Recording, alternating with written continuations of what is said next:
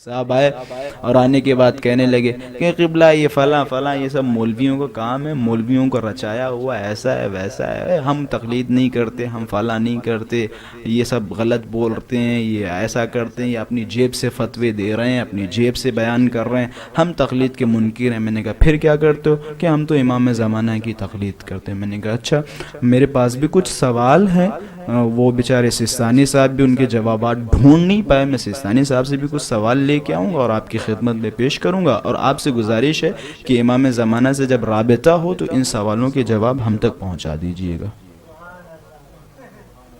ٹھیک ہے؟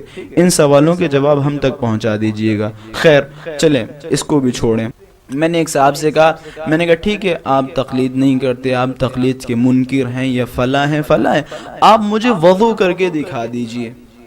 اور میں یہاں پہ بھی میرا دعویٰ ہے، میرا ایسے ویسے نہیں کہ ممبر پہ نہیں، میرا عقیدہ یہ ہے کہ ممبر سے زیادہ ایک عالم کا کام ممبر سے اترنے کے بعد ہوتا ہے۔ اور جو افراد مجھے جانتے ہیں ماشاءاللہ سے کمرے میں کوئی نہ کوئی آگے بھیڑ لگی رہتی ہے۔ میں نے کہا ٹھیک ہے، آپ وضو کر کے دکھائیے مجھے۔ تو وہ وضو کرنے لگے، مسح کیا۔ میں نے کہا اچھا ماشاءاللہ۔ میں نے کہا یہ مسح کس نے آپ کو سکھایا؟ یہ صحیح ہے یا غلط؟ کہ مولا صاحب صحیح ہے۔ میں نے کہا کس نے آپ کو سکھایا؟ اب وہ سوچ میں پڑے کہ وہ ہمارے والد صاحب ایسے ہی کرتے تھے۔ میں نے کہا اچھا۔ میں نے کہا آپ کے والد صاحب کرتے کیا؟ کہ مزدور ہیں۔ میں نے کہا ماشاءاللہ، کیا شعور خدا نے بخشا، مزدور کی تقلید کر سکتے ہو، پڑھے لکھے کی تقلید سے انکار۔ آپ کے والد، اچھا اگر آپ یہ مجھ سے کہتے کہ امام صادق نے یہ فرمایا، خدا کی قسم میں آپ کے سامنے تسلیم ہوتا۔ آپ کہو امام صادق نے فرمایا، اتنی صلاحیت اتنی دم ہو آپ میں کہ آپ کہیں کہ ہاں امام صادق نے ایسے فرمایا لہذا ہم ایسے کر رہے ہیں۔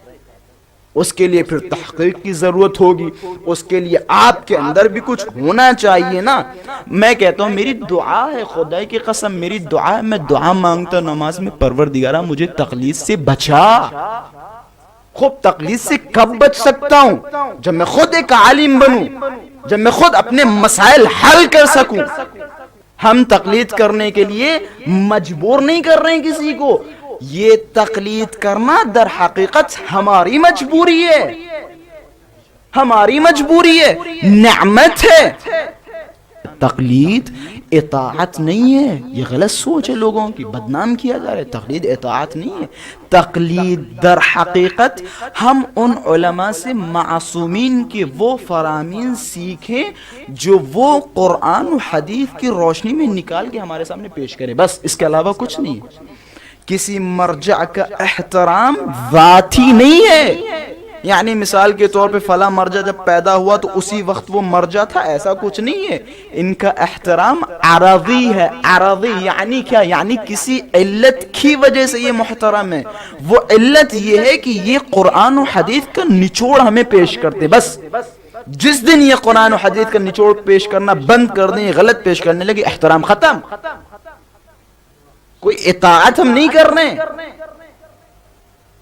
ہم مجبور ہیں، ہم مجبور ہیں، یقین جانے ہم مجبور ہیں۔ اب وہ افراد، میں کسی کی توہین نہیں کر رہا ہوں، خدا کی قسم میرا مقصد توہین نہیں، واللہ میرا مقصد توہین نہیں، مجھے صرف ایک حدیث میرے ذہن میں ہے جس حدیث کے تحت میں بیان کر رہا ہوں۔ مولا نے ایک جملہ فرمایا کہ ہمارے شیعوں کی اہمیت بہت زیادہ ہے، ہمارے شیعوں کی اہمیت بہت زیادہ ہے، بہت زیادہ، اور مولا کو اپنے شیعوں سے بہت ہی زیادہ لگاؤ اور محبت ہوا کرتی تھی۔ روایتوں میں نے پڑھا اگر مولا کو پتا چلتا تھا کہ فلاں جگہ کوئی شیعہ ہے جو مولا کے طریق سے بھٹکا ہوا ہے تو مولا اس کے پاس اپنے بندوں کو بھیجتے تھے۔ مولا کو ایک شیعہ سے اتنی محبت ہے، جب کوئی شیعہ چھوٹی چھوٹی باتوں کی وجہ سے آپس میں اختلاف کر لیتے تو مولا کے اوپر بہت سخت گزرتا ہے، خدا کی قسم مولا کے اوپر بہت سخت گزرتا ہے۔ یقیناً آج جو افراد چھوٹی چھوٹی باتوں کی وجہ سے ایک دوسرے سے الگ ہیں، در حقیقت وہ لوگ ایتام آل محمد ہیں۔